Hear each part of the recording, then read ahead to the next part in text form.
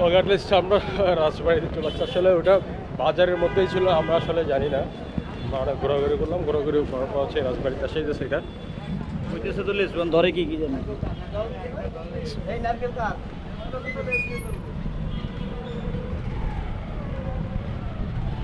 এটা হচ্ছে রাজবাড়ি।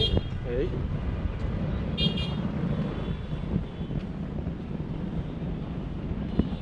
অনেকে এই জায়গাটাতে গাড়ি পার্কিং করছে। আমরা একটু সামনের দিকে যাই, দেখতে কেমন। ঐতিহ্যবাহী সাংগ্রাই। সাংগ্রাই বিভিন্ন অনুষ্ঠান হয়তো এখানে হয়।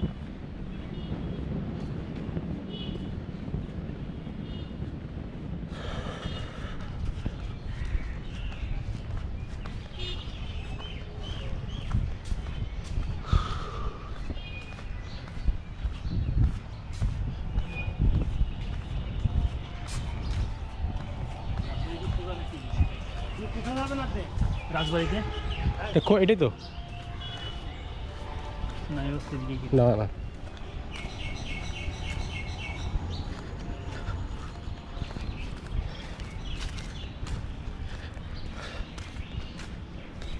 এটা বন্ধ। এখানে একটা জিনিস লেখা আছে, জিনিসটা কি? মানিক ছড়ি। ওকে, সো একটা চমৎকার জিনিস আছে এখানে, সেটা হচ্ছে এই লেখাটা। আমি জানি না এটা গোপ্রদ ব্যাপারটা ভালো দেখা যাচ্ছে কিনা। তো এই যে ওকে,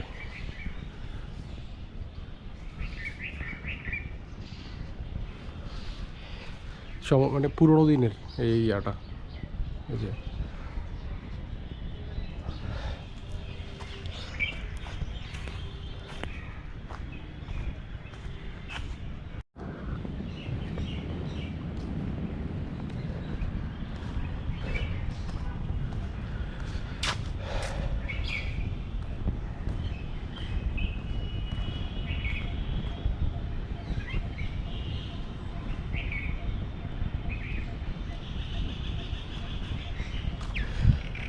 এই যে রাজবাড়ির স্মৃতি, বাহাদুর স্মৃতি কল্পে প্রতিষ্ঠিত আছে এটা যেটা দেখা যাচ্ছে এখন। তো সুন্দর জায়গাটা, আসলেই সুন্দর।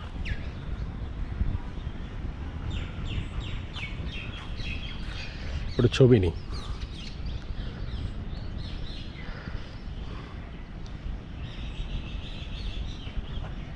চমৎকার জায়গা। ভিডিও নিচ্ছি, দু একটা স্ন্যাপ নিচ্ছি মোবাইলে।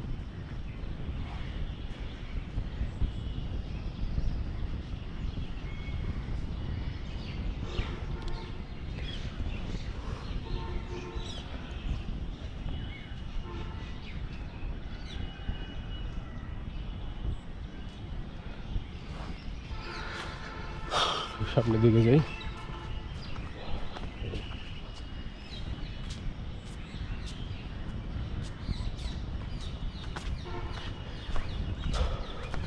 তেরোশো 2 সাল এখানে লেখা আছে অবশ্য যে 1302 সাল, যে পৃথ্বীদেব মান রাজা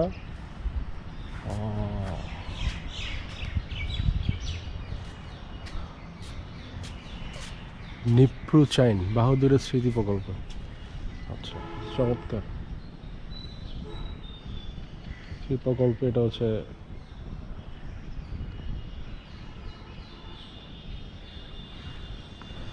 আপনি এখানের মানুষ নাকি? এখানে থাকেন না, কোথায় থাকেন? বাসা। ও, এইটা সম্পর্কে বলেন তো, আসলে এটা কি? আসেন, দেখি রাজাদের কোনো প্রাসাদ ছিল কিনা।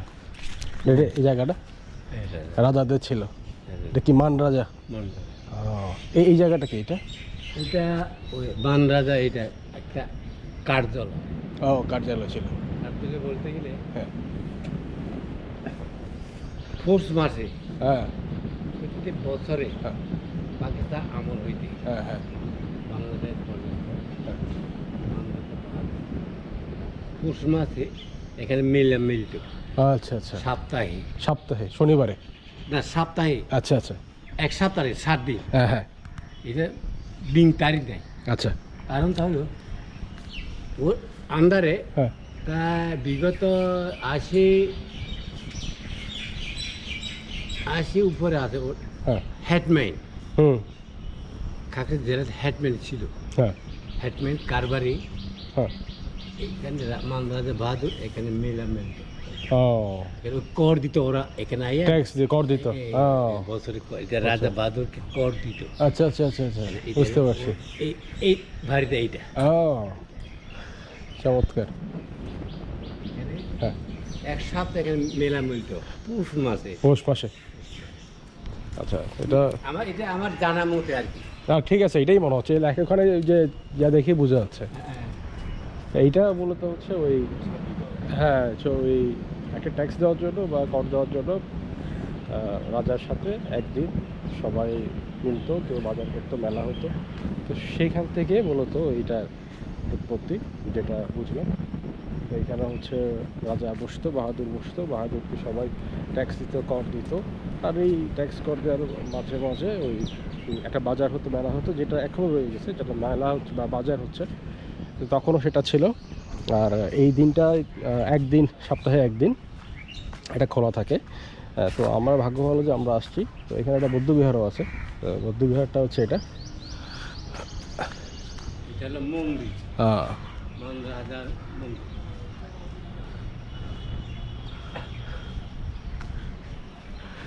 লেখা আছে 1954 দিকে হচ্ছে যে এই মন্দির প্রতিষ্ঠা হয়। হ্যাঁ হ্যাঁ। এখন বলতে হবে আপনি মেন করবে কিনা। হ্যাঁ আপনারা বাসাটা ঢাকা। হ্যাঁ হ্যাঁ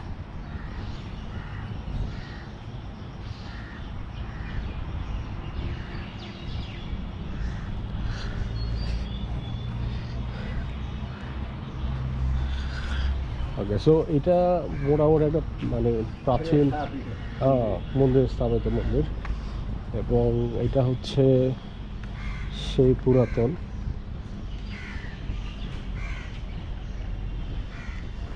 চমৎকার। এটা এতটুকুই।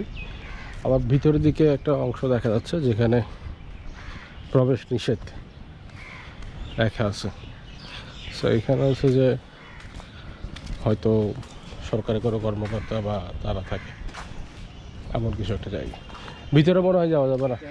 হ্যাঁ মানরাজা বাহাদুর নাতি, ও নাতি, বর্তমানে জেলা পরিষদ সদস্য। ও আচ্ছা, বাহাদুরের নাতির বাড়ি। সো জেলা পরিষদের সদস্য, খুব সেফটি ওদেরকে রাখা হয়েছে। ওই দিক দিয়ে তো যাওয়া যাবে, এদিক দিয়ে, কোথায় এই পাশ দিয়ে যাওয়া যাওয়া যাবে। আচ্ছা আচ্ছা আচ্ছা, এখানে আলাপ করতে পারে, আলাপ করতে। ও আচ্ছা আচ্ছা। সমস্যা নেই। ও এই অরিন্দ, ভিতরে গিয়ে কথা বলবে। এটা ওই যেটা বলে আর কি, মূলত এটা হচ্ছে এই বাহাদুরের পরবর্তী প্রজন্মের মানুষরা আর কি। এটা হচ্ছে সেই রাজবাড়ি, ঠিক আছে।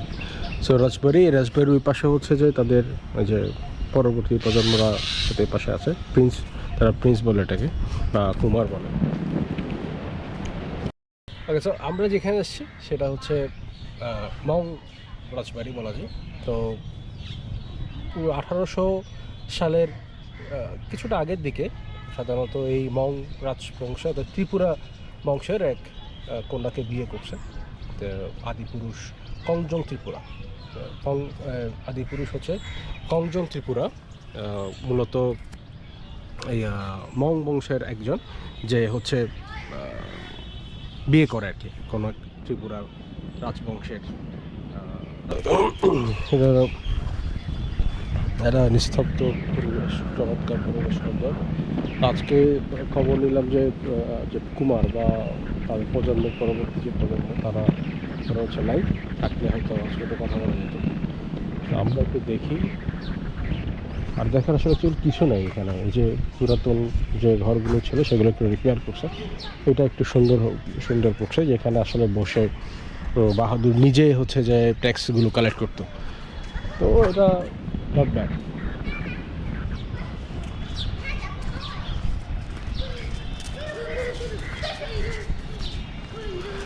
সো আমরা এবার একটু খাওয়া দাওয়া ট্রাই করবো, একটু খাওয়া দাওয়া কি আছে একটু দেখি, দেন এরপরে হচ্ছে আমরা চলে যাবো।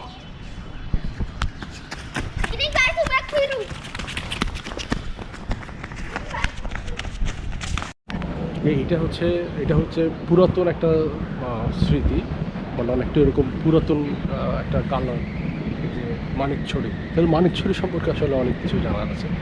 তো মানিকছড়ি দুইটা ময়ূর দেখা যাচ্ছে, মাঝখানে তলোয়ার এবং দুইটা স্টার, আর নিচে মানিকছড়ির লোগোটা চমৎকার সুন্দর। এবং চিটাগাং হিল ট্র্যাক সম্ভবত নামটা, চমৎকার। সো আমার মনে হয় আসলে আপনারা একটা ভালো একটা প্লেস পাবেন যেখানে ভালো ছবি তোলা যাবে, কিংবা পুরোনো দিন সম্পর্কে পুরোনো ব্যাপারগুলো নিয়ে আলোচনা করা যাবে। সো এটা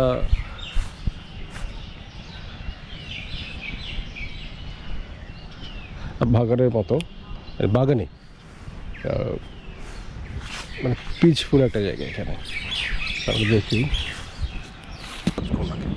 তো করার পরে সে তখনকার দিনের ত্রিপুরা অঞ্চলের যেই 400-500 মানুষদেরকে নিয়ে সে একটা সার্কেল গঠন করে, যে মং যে সম্প্রদায় আছে, আমার সম্ভবত সে মং সম্প্রদায়কে নিয়ে, যেহেতু সে আমার মং গোষ্ঠী থেকে আসছে বা ওখানকার রাজা, উনি এসে ত্রিপুরার কোনো এক রাজবংশী নারীকে, রাজকন্যাকে বিয়ে করে এই অঞ্চলেই বা ত্রিপুরা অঞ্চলেই 500 মানুষকে নিয়ে এখানে সে একটা সার্কেল গঠন করে, রাজা বলা হয় কি তাকে। সেই এই জায়গাটাতে মূলত তার সার্কেলটা ছিল। তো আমরা আজকে সেখানে ঘুরতে আসছি। চমৎকার জায়গা, এবং পুরনো ইতিহাসগুলো আমার থেকে আসলে ভালো লাগে, এবং এখানে সিকিউরিটিও আছে, তার পরবর্তী প্রজন্ম এখানে আছে। তো চমৎকার। আমাদের আসলে আজকের এই বাজার পুরাটা এবং এখানে আসাটা আমাদের জন্য আসলে চমৎকার একটা ট্যুর ছিল। তো প্রথম রাজা কংজয় মৃত্যুর পর তার ছেলে মূলত 7 বছর বয়স বা 8 বছর বয়সের দিকে সে এই প্রতিষ্ঠাতা, অর্থাৎ এই অংশটাকে পুরোপুরি হ্যান্ডেল করে। খুব কম বয়সেই সে কিন্তু এই পুরো অংশটাকে প্রতিষ্ঠা করতে পারে এবং ধরে রাখতে সফল হয়। 1800 শতকের পরের দিকে 1850 বা 30 বা 1860 এরকমের দিকে এসে সে খুব শক্তভাবে এই সার্কেলটাকে মেনটেন করে। তো এখন 2026, তো অনেক আগের কথা আসলে।